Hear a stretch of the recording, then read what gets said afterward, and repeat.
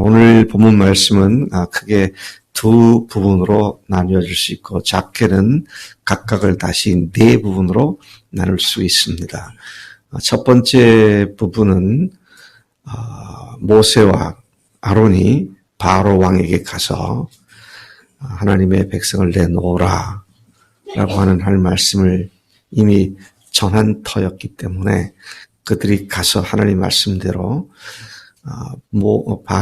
바로 앞에다가 그들이 갖고 있던 모세의 지팡이를 아론이 던져서 뱀이 되었고, 요술사들, 애굽의 마술사들도 그와 같이 해서 모세의 지팡이가 다른 요술사들의 지팡이를 다 삼켜버린 이런 표적을 하나님께서 보여주셨습니다. 그 요술사들도 그렇게 한 것을 보고 바로는 마음을 완악하게 먹고 왕궁으로 돌아가는 그런 일이 첫 번째 내용이고요. 두 번째는 드디어 10가지 재앙들 중에 첫 번째 재앙이 시작된 것이 기록되어져 있습니다. 애굽 강물을 모세와 아론이 지팡이로 치니까 물이 피로 변했고, 호수, 강, 모든 수로의 물들이 피로 변해버렸다. 자, 그것을 또 애굽의 요술사들이 그대로 해서 그들이 친 물도 피로 변했다. 그들도 똑같이 그렇게 했다. 이제 이런 내용이 나오고요. 또 그것이 7일 동안 그 일이 계속되었다. 성경 본문 말씀이 그렇게 말씀하고 있습니다.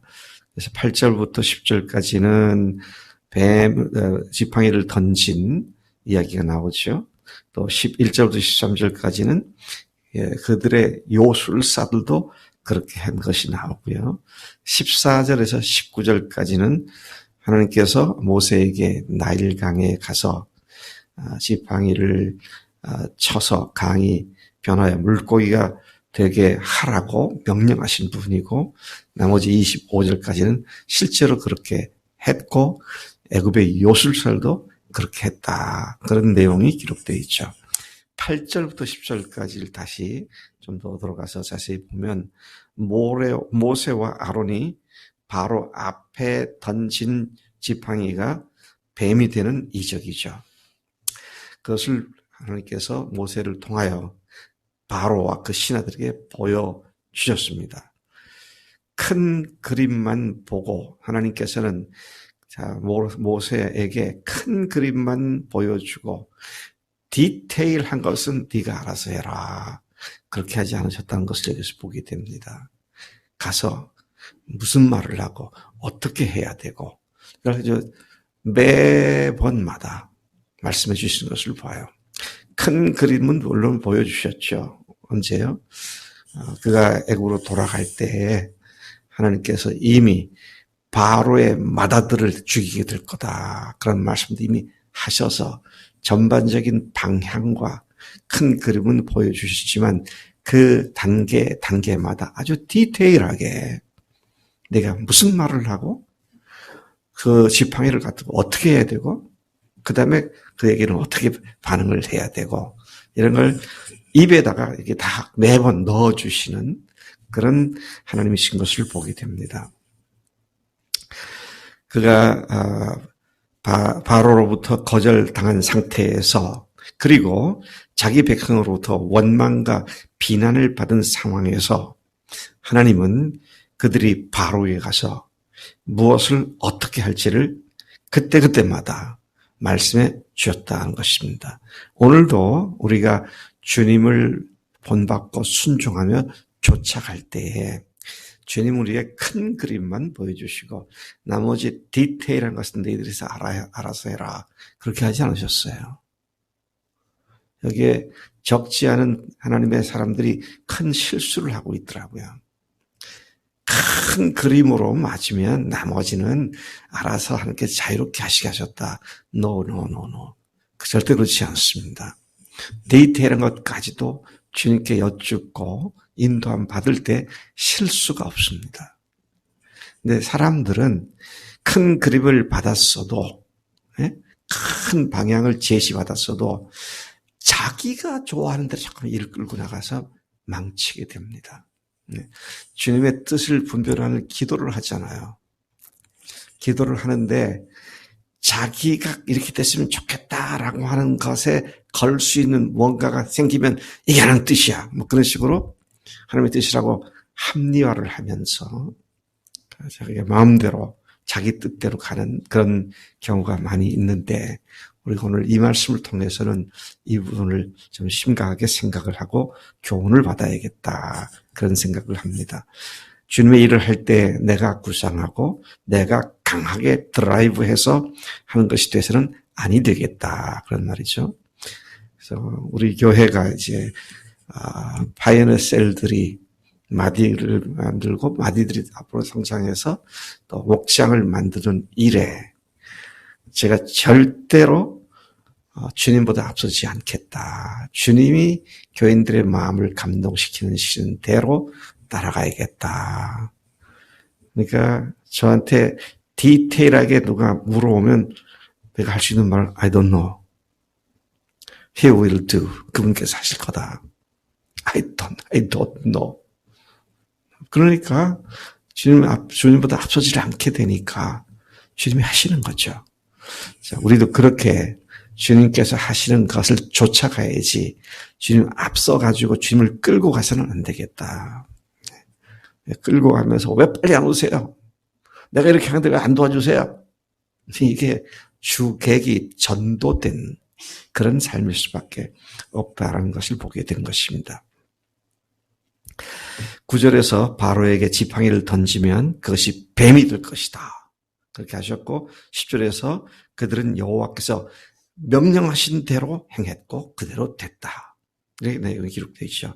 13절까지 내용을 다시 보면 바로도 그의 요술사들로 지팡이가 뱀이 되게 하는 그런 일을 통해서 마음이 완악해져서 백성을 내보내지 않습니다. 여러분 지팡이에 들어서 뱀이 됐다면 참 놀랄 일 아닙니까? 네, 참 놀랄 일인데 요술사들도 그렇게 했다는 거죠. 이게 뭘 얘기하는 겁니까? 이 마귀란 놈은 언제든지 하나님이 하시는 일과 비슷한 일을 해서 사람들로 하여금 헷갈리게 만듭니다. 모사품을 만드는데 귀재죠. 네. 그래서 사람들이 그게 하나님 것인지 마귀 것인지 도무지 구분하지 못하게 만드는 그런 일을 한다는 것이죠. 바로가 강팍해진 건 물론이고 그의 신하들이나 심지어 그것을 혹시나 보았다면 다른 이스라엘 백성들도 뭐야 요술사 똑같이 하잖아 이런 생각을 함직한 그런 상황인 것을 우리가 보게 되는 것이죠. 14절부터 19절까지에 보면 이런 일이 있자 하나님께서 다시 모세에게 말씀하십니다. 나일강 가에 가서 바로 앞에서 지팡이로 그걸 쳐서 강이 피로 변하고 물고기들이 죽고 악취가 나고 마시지 못하게 될 것이니까 그렇게 하라고 명령하십니다. 그때와 장소와 심지어 그들이 어떤 포즈를 취하면서 해야 할까지도 아주 디테일하게 말씀하시더라고요. 제가 보면서 참 하나님이 참 놀라우신 분이시다. 어떤 포즈를 취하면서 할 것까지도 말씀해 주셨구나. 15절에 보면요. 아침에 때를 말씀하셨죠. 아침에 너는 바르게 가라.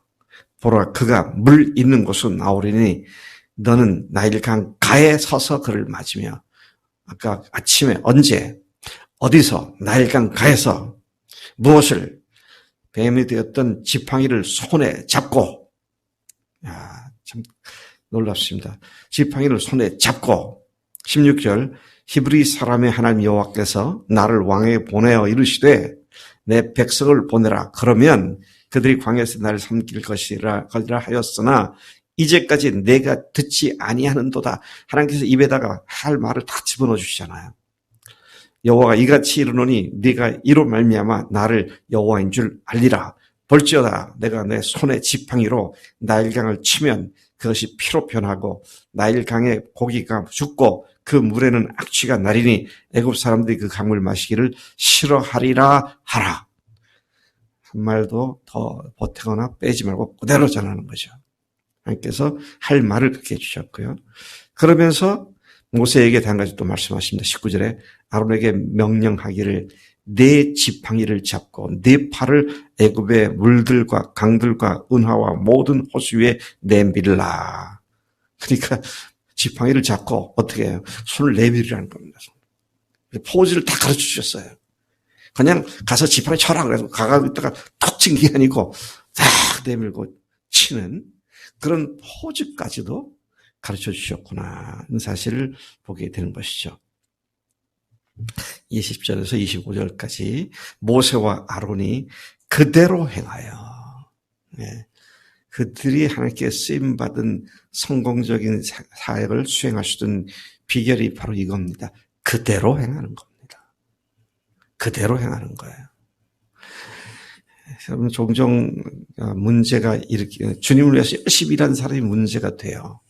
왜 그러면 그대로 안 하고 내 생각 더 보태가지고 하니까 이제 문제가 되는 겁니다. 그대로 행했다. 그러니까 하나님의 말씀대로 나일 강물이 피로 변하고 고기가 죽고 물에서 악취가 나고 물을 마실 수가 없게 되었다. 자, 그런데 그다음 뭡니까? 그러나 애굽의 요셉들도 이번에도 똑같은 일을 행함으로써 바로가 다시 완악한 마음으로 돌아가서 그 말을 듣지 않고 왕궁으로 돌아가 아예 관심조차 두지 않았다 그랬습니다. 그렇게까지 했는데 돌아가 버리고 아예 관심조차 주지 않았다. 참 바로 모세나 아론의 입장에서나 이스라엘 백성 입장에서는 얼마나 낙심될 일입니까? 여기도 다시 생각해야 하는 것은 요술사들, 마술사들이 똑같은 일을 했다는 겁니다. 그래서 여러분 우리가 주님께서 행하신 놀라운 이적을 구하는 것은 매우 의미 있는 일인데 그 이적들이 다 하나님께 동기하지 아니라는 것을 알아야 합니다. 그래서 우리가 그런 것에 마음을 뺏겨서 복음에서부터 주님께로 집중하는 눈이 초점이 흐트러지게 된다면 주님은 그렇게 하라고 주시지 않기 때문에 그게 잘못된 것인 것을 즉각 알아야 한다는 것이죠. 또 한 가지 제가 아침에 요가시 기도하다가 반뜩 생각된 건 물이 피로 변했다. 이건 뭘 의미할까?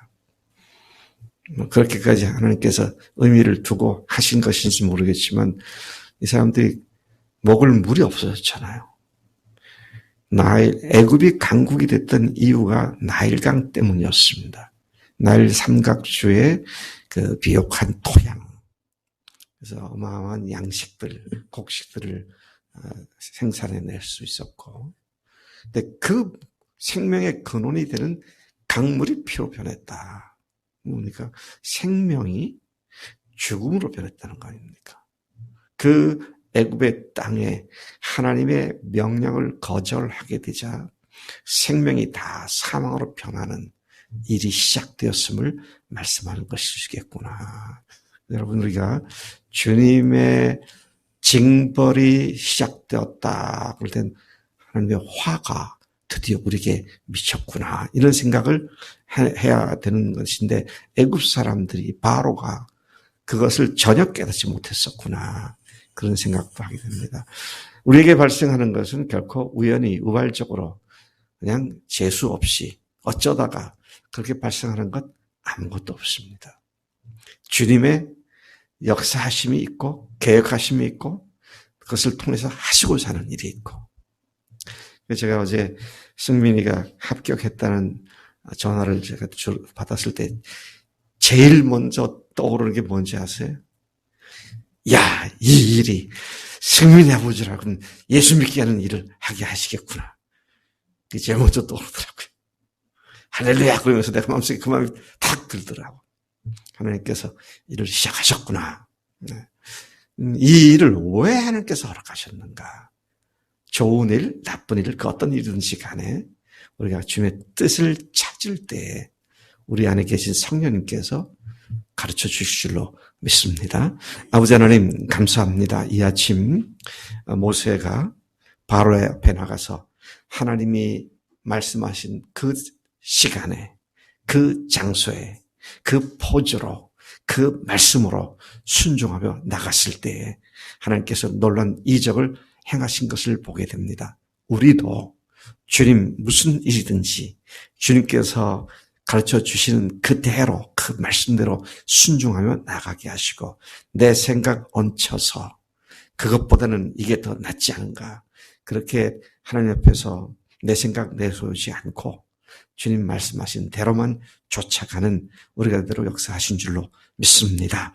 오늘도 주님 말씀해 준 대로 살겠습니다. 주님께서 우리 각자와 우리 교회를 향해서 행하시는 일들을 믿음으로 쫓아가오니 우리가 하는 한 발자국도 우리들의 생각을 섞어서 주님의 일을 망치는 그런 어리석음을 범치 않도록 주님이 인도해 주시는 줄로 믿습니다. 감사합니다. 예수님의 이름으로 기도를 쌉나이다. 아멘. 아멘.